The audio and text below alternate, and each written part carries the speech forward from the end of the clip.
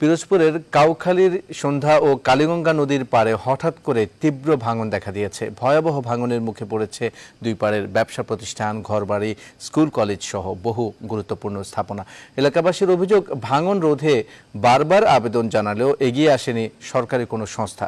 পিরোজপুর থেকে ইমন চৌধুরীর পাঠানো তথ্যচিত্রে ডেস্ক রিপোর্ট। প্রতিদিনই বাড়ছে পিরোজপুরের কাউখালীর সন্ধ্যা ও কালীগঞ্জ নদীর দুই পাড়। তবে গেল এক সপ্তাহে হঠাৎই স্রোতের কারণে নদীর ভাঙনের তীব্রতা বেড়েছে আগের থেকে কয়েক গুণ বেশি।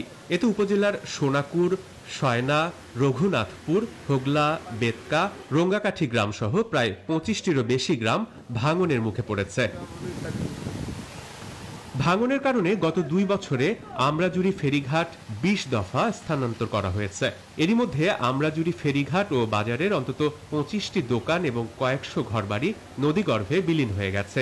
ভাঙনের তীব্রতা বৃদ্ধি পাওয়ায় আতঙ্কের মধ্যে রয়েছেন নদী পাড়ের হাজার হাজার মানুষ। আমাদের এখানে নদী ভাঙনের জন্য আমরা থাকা খুবই কষ্টকর হয়ে গেছে।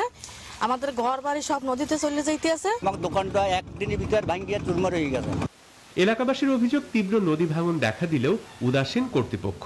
অবিলম্বে বাঁধ নির্মাণের দাবিও জানান তারা।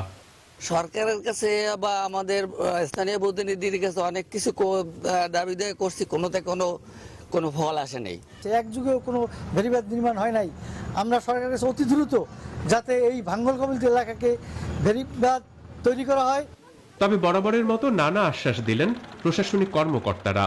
জেলা প্রশাসকের মাধ্যমে পানি উন্নয়ন বোর্ডকে চিঠি দিয়েছি এবং মাননীয় সংসদ সদস্য মহোদয় তিনি আশ্বস্ত করেছেন যে খুব দ্রুতই এখানে কাজ শুরু হবে। আমি ঊর্ধ্বতন কর্তৃপক্ষের সঙ্গে এই বিষয়ে আলোচনা করেছি। আশা করছি খুব শীঘ্রই আমরা এসব জায়গায় কাজ করার অনুমতি পাবো এবং কাজ করব।